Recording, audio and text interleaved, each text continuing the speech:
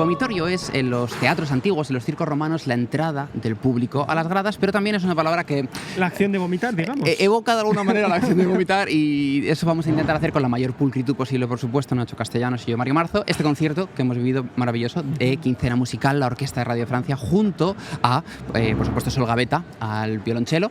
Un programa que iba a decir muy francés, pero hemos acabado con Stravinsky, que va a decir muy impresionista. Muy europeo, o sea, es como Eso la sí. nueva Europa. Sí, es un programa de música que quiere romper. Que hemos empezado con Debussy y ese preludio, la siesta del fauno. Después el concierto de Lalo, de violonchelo, que era mi primera vez escuchándolo. Yo también, ¿nunca lo había escuchado? Nunca lo había escuchado, no la lo verdad. conocía tampoco. Descanso, y después hemos tenido Ceresade de Ravel y hemos acabado con The Firebird. Pom, pom, pom, pom, pom, pom. Qué maravilla, el pájaro de fuego de Stravinsky. Y venimos, joder, es que pasa, o sea, venimos demasiado motivados, entonces vamos a intentar calmarlos. Y con bailes. Eso es, sí, vamos a intentar pues comentar un poquito, ¿no?, lo que ha sido. Sí. Hemos comenzado, como he dicho, con una obra que es el preludio de la siesta de un fauno de Debussy, que me encanta y que me recuerda muchísimo a ese Mario de la infancia que estaba descubriendo la música clásica por primera vez, porque yo tenía un VHS, que, bueno, no tenía yo, tenía mi familia, que tenía primero el preludio de la siesta de un fauno, el ballet, y después El niño y los sortilegios de Ravel, que me daba muchísimo miedo. Recuerdo que me daba muchísimo miedo. Impresionismo puro y duro. Totalmente, y era un VHS que me encantaba y hasta que lo quemé. ¿Sí? Y de alguna manera escucharlo hoy otra vez, como que no me voy a decir que me ha devuelto, porque no recuerdo qué es lo que sentía, pero sí que de alguna manera me veo como en tercera persona, esta tele antigua negra gorda, escuchando la música. Ahí la cinta. Sí, y dándole al otra vez. Sí. Hablabas del VHS, yo tengo siempre el recuerdo de unos amigos de mis padres, que mis padres iban a cenar mucho en su casa, y ellos tenían 2 DVDs, o la película Pinocho o Fantasía 2000. Fantasía 2000. Y tengo ese recuerdo del aprendiz de brujo de Paul Dukas, cuando aparece Mickey con el sombrero bajando los escalones y la escoba. Pues ese era como mi previo. Y luego otro que tengo también, de otro vídeo de estos en donde había cortos de, no sé si eran de Disney, yo me acuerdo que el tercero era el corto de los 3 cerditos, pero al principio había un corto de un bosque que empezaba a sonar la abertura de Guillermo Tell, y empezaba... Qué maravilla. Y esos son piezas que luego las escucho y no sé por qué necesito escucharlas enteras. Y hay algo en mí como que vibra, que baila dentro, ¿no? Que es un sentimiento muy... Sí. ¿Y a ti te pasaba con con el Debussy? Fue muy importante para la vida y la carrera de Debussy, porque él se sentía un poco fuera de lugar, por así decirlo. Él entra en el Conservatorio Superior cuando tiene solamente 10 años. No es un niño prodigio, es algo que no se ha visto jamás. Es un genio que paradójicamente solo suspende. Todas las asignaturas solo suspende, y Debussy suspende, porque no entiende, porque no conecta, por así decirlo. Las clases no es que no le interesen, sino que no sabe por qué hay que hacer las cosas. Y era visto como un rebelde, de hecho, por todos sus compañeros, por los profesores. Él, cuando se sentaba al piano, hacía una música incoherente, que no tenía sentido armónico, que no tenía sentido estructural, no tenía sentido rítmico, porque de alguna manera él también fue el primer impresionista en la música, que de la misma manera que Monet tenía su propia paleta de colores, Debussy esto lo hace, y lo hace mucho en el preludio de una siesta de un fauno, con el corno, con el clarinete, con la flauta, con el oboe, crea una paleta de sonidos que envuelve toda la obra. Es una obra muy sensual, muy descriptiva también. El poema erótica, tiene puntos muy eróticos. Muy erótico. Fue un escándalo total porque efectivamente era una representación muy sensual. El preludio de la siesta de un fauno comienza con esta melodía cromática de la flauta que muestra a este fauno en la siesta en el bosque en verano, con el calor, que se levanta perezoso. Y aparecen las ninfas y él las intenta cortejar. Son 3 ninfas, 2 de ellas se van, él se queda con una. Parece que sí, parece que no. La ninfa pierde un velo y se marcha y se queda al solo y dice, ¡ay, qué rabia! Vuelve la ninfa porque quiere el velo, y hay una especie de pelea en la que al final la ninfa se va. Y en la representación del ballet de Diaghilev, cuando al final de todo el fauno se queda con este velo que tenía la ninfa, lo coloca sobre una... Es muy erótico, es un baile sensual todo el rato entre el fauno y la ninfa. Lo coloca sobre una piedra y se tumba desnudo, y de alguna manera lo hace con el velo, eyacula dentro en el propio velo, y esto en la época fue visto... Llamaron a la policía incluso porque era un escándalo. Un escándalo mayúsculo. A mí, o sea, es muy difícil lo siento, seré yo, concentrarme cuando se están llevando todo. O sea, ¿qué está sucediendo? La Orquesta Radio Francia, claro, la Orquesta Radio Francia no reside aquí en Donosti, entonces, obviamente, porque es la de Radio Francia. Efectivamente, entonces se tiene que llevar todo y eso me fascina. Esto es un espectáculo donde los haya, ¿eh? Y no tiene ningún sentido que estemos nosotros en el escenario, pero bueno, es lo que... Fíjate, estabas hablando ahora mismo de qué estabas hablando. De Diaghilev, del ballet. A mí me hace mucha gracia porque es verdad que una de las cosas, cuando se estrena ese ballet del preludio de la siesta de Don Fauno, una de las cosas que también más escandaliza es la primera vez que Nijinsky, o una de las primeras veces en donde en un ballet, las bailarinas, en vez de apoyar punta-talón, van talón-punta. Y ya solo por el hecho de que apoyen primero el talón y luego la punta, eso también... Para todos los puritanos del ballet fue un golpe fue un golpe sobre el tablero, porque realmente era una estética que, de la misma forma que luego Nijinsky con la consagración de la primavera, que luego hablaremos de Stravinsky, pues también rompe. Ese también fue otro escándalo en donde la gente, los partidarios y los no partidarios se peleaban y hubo reyertas a la salida porque unos estaban a favor de la obra y otros no. Pues esto fue también un drama por el simple hecho de que las bailarinas apoyaban antes el talón que la punta. Es que eso no se puede hacer, Nacho. Yo que sé mucho de ballet, eso no se puede hacer, la verdad. El gran Marius Petipa estas cosas no las toleraba. El gran Marius Petipa estas cosas no las toleraba. Que levante cabeza. Una cosa está viendo mucho follón, no soy yo. Sí, no, está viendo mucho follón. Pero yo creo que esto es parte del espíritu del vomitorio. Hombre, claro, por supuesto, si no, no sería el vomitorio, ¿no? Quiero decir, si estuviésemos en un estudio, primero, nadie nos habría dado este podcast. De alguna manera, necesitamos que el sonido se tape. Sí. No tape lo que estamos diciendo, porque si no, ¿qué sentido tiene? Sergei Diaghilev, el gran empresario de los ballets rusos, encargó...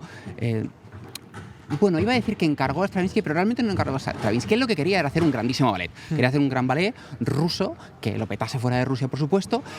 Contactó a varios compositores que no sería su momento, le dejaron el leído, le dejaron con el tic azul, y entonces confió en Stravinsky, en un Stravinsky de apenas 20 años, que fue la primera gran oportunidad que él tenía. Él era un compositor conocido dentro de Rusia, pero fuera de Rusia, nada en absoluto. Y de alguna manera estas casualidades cayó en él la oportunidad e hizo El pájaro de fuego, que fue la primera gran obra de Stravinsky, un Stravinsky joven, como he dicho, de unos 20 años, que le lanza a la fama y que tiene un estilo que va mostrando pequeños detalles de lo que va a ser el Stravinsky luego más modernista, el Stravinsky de Petrushka, de la consagración de la primavera. Fíjate, hablabas de casualidades y voy un poco a romper todo lo que estábamos hablando. Perfecto. Pero el otro día, ¿te acuerdas? Estábamos aquí en un bar y de repente, pues obviamente como estamos en San Sebastián y es el Festival de San Sebastián, estaba toda la pared del bar repleta de grandes celebridades que habían venido con motivo de los años al festival.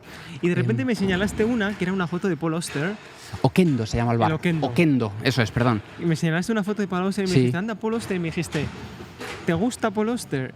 No, me dijiste, a ti no te debe gustar Paul Auster. Y casualmente me estaba terminando de leer un libro de Paul Auster. ¿Cuál? La invención de la soledad. A mí me encanta Paul Auster. Y es muy curioso porque Paul Auster es el rey de las casualidades, es un hombre que creía que el destino lo creaban la sucesión de casualidades. Y a mí me pasó también la anécdota de que justo yo me había leído algún libro suyo, pero justo el día que yo este año, hace unos meses, piso Nueva York, estaba leyendo otro libro de Rodrigo Fresán en donde hablan de Paul Auster y Paul Auster muere ese día en Brooklyn. Nada más llegar yo. O sea, llego y la noticia, nada más abrir Twitter, es que Paul Auster ha muerto en Brooklyn. Me puse tan triste. A mí me encanta Paul Auster. Me puse tan triste, tan triste. Y para mí dije, joder, qué casualidad, siendo Paul Auster el rey de las casualidades. Y este programa, si te fijas, es una casualidad.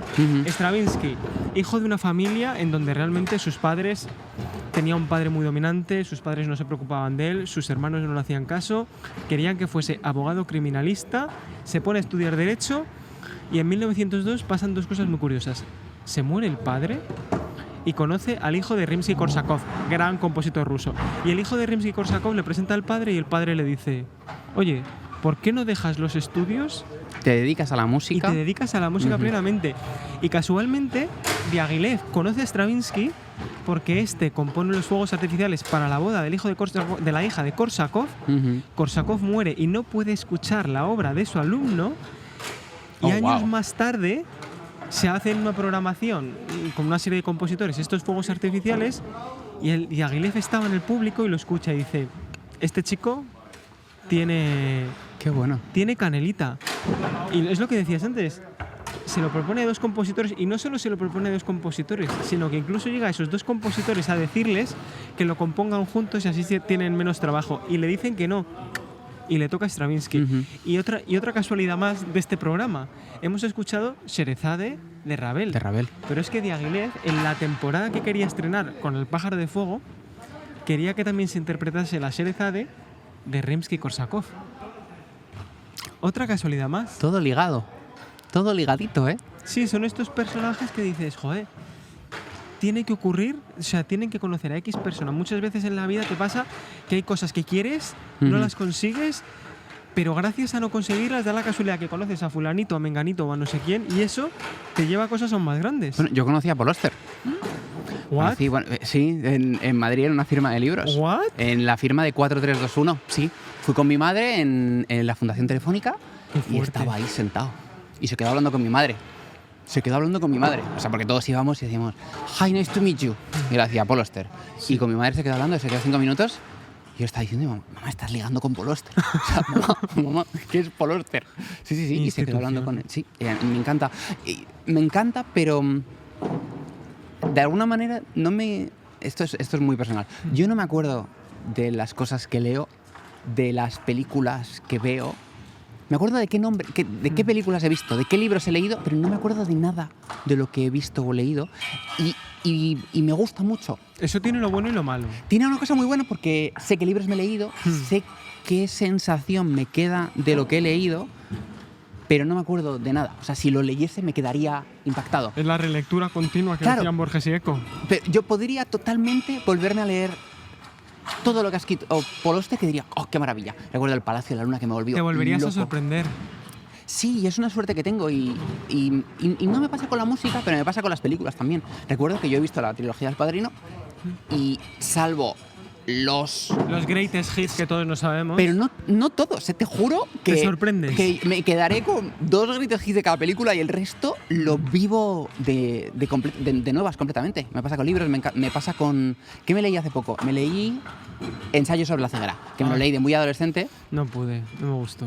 No Yo lo dices. siento, el ensayo de la ceguera No de pasa Saramago, yo me quedé en la 200 Ay. algo, dije, no puedo seguir, no sé, lo veía muy gore. Ay, a mí me encantó. Me rompió mucho los esquemas, porque al final tienes la figura de Saramago y de repente Claro. ves eso, que es básicamente el fin del mundo, o sea, Sí, totalmente. En muchos aspectos, pero no conecté. Yo recuerdo que no había leído nada igual, lo leí de adolescente Mm. y me fascinó. En la primera página me atrapó, no pude parar de leerlo.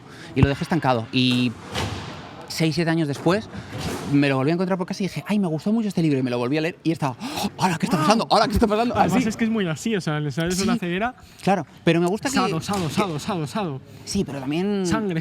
Sí, pero Saramago también. Sí. O sea, con esta... Joder, me he acordado. Humberto, ahora mi representante, conoció a Saramago. Wow. Tío, estas son las cosas que... O sea, está la teoría de los 6... De las que seis- conectas, que a través de 6 personas seis nos pasos, conocemos sí. todos. Sí, pero suelen ser muy... Lejanos. Sí, que no es una persona que dice, yo conozco a tal. Una vez coincidí con este, que coincidió con tal y conozco a Brad Pitt en el caso 6. No, esto te hablo de que mi representante tomaba café con Saramago. Buah. O sea, ¿sabes cuándo me lo contó esto? Que es el name dropping máximo. Total, Estaba o sea, hablando con es- él y decir... Yo creo que le comenté algo del hombre duplicado, que me gustó mucho, y me dijo... recuerdo cuando hablaba con él de... Y yo, ¿cómo? Cuando hablaba. Digo, ¿cómo que cuando hablabas con él? Sí. Y compartió varias veces mesa con él y que dejaba a todo el mundo hablar, él nunca hablaba. Y todo el mundo, antes y después, todo el mundo decía, pero ¿qué hable Saramago? ¿Qué hable él? O sea, todos queríamos... Y él no, él solamente escuchaba, hablaba de vez en cuando y cada vez que hablaba sentaba cátedra, por Todo el supuesto. mundo en silencio. Pero es que, tío, imagínate lo que es conocer Yo tengo a... unos amigos, me hablas ahora de Saramago, yo tengo unos amigos, Jorge Fernández, que es un escritor mexicano buenísimo, que además tienen la librería más antigua de Madrid, es suya, y estos eran muy amigos de Gabo. ¡Buah! Y entonces tienen vídeos Buah. literalmente en casa de Gabo, él tocando la guitarra, Gabo tarareando algo, Esto es y muy- yo cuando lo veo y lo ponen en Instagram me digo, wow, digo, qué envidia, es envidia sana, pero qué envidia poder disfrutar Qué fuerte. tiempo con esta gente, preguntarles cosas, al final nutrirse de ellos, son como... Es que es la referencia, ¿no? Es en la literatura, en la música. Una de mis profesoras, por ejemplo, todos eran judíos que vivían en Chicago y eran muy amigos de Leonard Bernstein. Y tienen fotos con Lenny, O sea, ¿Qué? que cuando Lenny iba a conciertos suyos de piano y te cuenta pues que estuvo en un concierto de piano, por ejemplo, y tuvo un problema con la falda y estuvo todo el concierto moviéndose la falda de un lado para otro. Y cuando terminó le dijo Leonard Bernstein, muy buen concierto para piano y falda.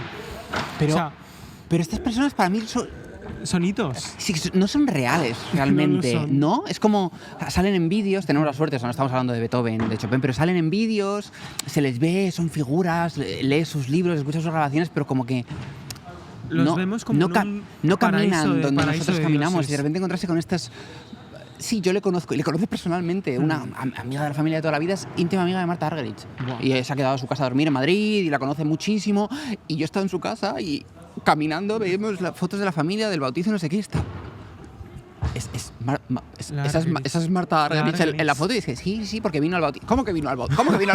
¿Cómo que vino al bautizo? O sea, ¿de qué estás hablando? Fucking Marta Sí. Argerich en el bautizo. Bueno, joder, Galina, mi profesora, que era alumna de Wittgenstein, que conocía a Rachmaninoff. Buah. O sea, Eso es mejor que la regla de los 6, ¿eh? Eso es mucho mejor, porque al final tienes una cercanía directa. A ver, bueno. Sí, Quiero porque decir- es como que la escuela, la base, es como los alumnos de Chopin, Me lo han ¿no? dicho mucho siempre, sí. Bueno, que mi Que- manera de tocar es muy... Tienes una mano muy grande. ¿Cómo suenas a Rachmaninoff tú? ¿Cómo suenas? Me lo han dicho siempre. Tengo otra anécdota relacionada con el concierto de Lalo de cello, que hubo un momento que en Berlín, cuando yo vivía en Berlín, este dato que te voy a dar parece inventado. Es típico, datos que no parecen reales, pero que son reales. Cuando yo vivía en Berlín, Pablo Fernández acababa de estar en el Tchaikovsky y acababa de salir premiado del Tchaikovsky. Pablo Fernández, violonchelista. Violonchelista, español, maravilloso. Yo había estado en el conservatorio con su hermana, pero él no le conocía y yo era muy, muy amigo de su hermana. Y estando en un concierto en Berlín de los Hermanos del Valle, de piano, en el Salón Cristofori, que el Salón Cristofori has estado, es como una especie de taller de piano, es un espacio enorme con un escenario todo lleno de velas, muy berlinés, muy paredes de hormigón, candelabros, pequeñas lámparas por todas partes, no hay una main light, son todo luces pequeñitas y es un taller de pianos, hay muchos que vas pasando y al final está el escenario y es un sitio mítico de Berlín, que está perdidísimo en la mano de Dios en Berlín, que no hay por dónde llegar, como es todo Berlín. Sí. Y fui a un concierto de los Hermanos del Valle. Y cuando llego, me estoy sentado y de repente veo que Pablo Fernández se sienta a mi lado. Y digo, esto era 2 meses después del Tchaikovsky. Le digo, Pablo, tío, o sea, qué ilusión, porque él había estudiado la Reina Sofía, los del Valle habían estudiado la Reina Sofía. Le digo, tío, Bro. qué ilusión, esto hace 10 años, digo, qué ilusión me hace, oye, felicidades, qué pasada. Y me dice, hola, ¿qué tal? Él, muy majo, no me conocía de nada. Y le digo, sí, bueno, es que conozco a Víctor. Ah, sí, qué bueno, yo soy pianista también. Sí. Ay, qué bueno, ¿y con quién estudias? Con el Dar. Y yo, ay, pero bueno, qué coincidencia. Tal. Y le digo, ¿y qué haces aquí? Y me dice, no, es que me he mudado aquí a Berlín. Y digo, coño, ¿qué me dices? Y digo, ¿dónde vives? Sin conocerle de nada. Y Pablo, siendo ya Pablo, y me o sea, dice, nombre. y como un poco de reticencia, me dice, en Wedding, en el barrio de Wedding. Y digo, ¿coño? ¿Yo también? El stalker, Digo, eras el stalker total, number one. y él no sabía, Pablo no sabía quién era yo. Y me dice, sí, en Wedding. Y digo, coño, yo también. Y él, y digo, ¿dónde? Y me dice, en Leopoldplatz. Y le digo, Yo también. yo también veo en Leopoldplatz. Y Pablo cada vez más pálido. Y le digo, Cogía el teléfono y iba marcando digo, el 091. digo, ¿en qué calle? Digo, ¿en qué calle? Y me dice, Ostenderstrasse. Digo, yo también vivo en Ostenderstrasse. Entonces me dice, ¿cómo sí? Bueno, nos vamos a cenar después del concierto, intercambiamos números y formamos una amistad. Y ahora tengo muy buena relación con Pablo, ha estado varias veces en mi podcast, es un encanto de chico. Entonces vivíamos, Pablo Fernández y yo, en la misma calle de Ostenderstrasse, en la misma, que era una calle pequeñita, en la misma, a un bloque de distancia. Hemos hecho muchas comidas, de todo. Pero ahí no va la anécdota. La anécdota es que Pablo Fernández comparte piso en ese momento con Kian Soltani, otro grandísimo Wow. solista de cello. Entonces, un día yo estoy allí, que vivía en un quinto sin ascensor, con el típico piso de Berlín, altísimo, Altbau, que estabas Funcional cansadísimo. total. Totalmente. Y estaban los dos ensayando, tocamos varias veces juntos, no sé qué. Y caigo, y yo sabía que Pablo tenía un Stradivarius y veo que Kian tiene 2 cello y que está probando uno y es cuando a Kian le dejaron otro Stradivarius. Y veo que estoy yo en Ostenderstrasse, la calle en la que yo vivo en Berlín, con 2 Stradivarius chelos, que hay 60 en el mundo. No, yo sería la casa de papel, o sea, eso lo robas y te forras. Hombre, cada chelo creo que son 3,5 millones de euros, Por eso te dependiendo digo. aproximadamente. Y veo que en la calle en la que yo vivo Hay 2. hay 2. En el mundo hay 60. 60 que no se tocan los 60, se tocan menos, pero en mi calle hay 2 Stradivarius. Y le dije a Pablo, ¿puedo tocarlo? En plan, de tocar. Plin. Me dice, no, porque tengo el seguro, tal, y pues no puedo tocar el Stradivarius. Pero como que me hacía... No se enrolló. Hombre, ¿Lo sigue teniendo? Sí. Pablo, enróllate. Pablo, enróllate. Pablo, Hombre, bueno, tiene sentido ahora. Deja que Mario haga así, por lo menos. Toque una de las cuerdas. Joder. Hablábamos ahora del concierto de Lalo este que hemos escuchado. Yo no lo conocía, decíamos Tampoco. antes. Sí. Yo, es un concierto...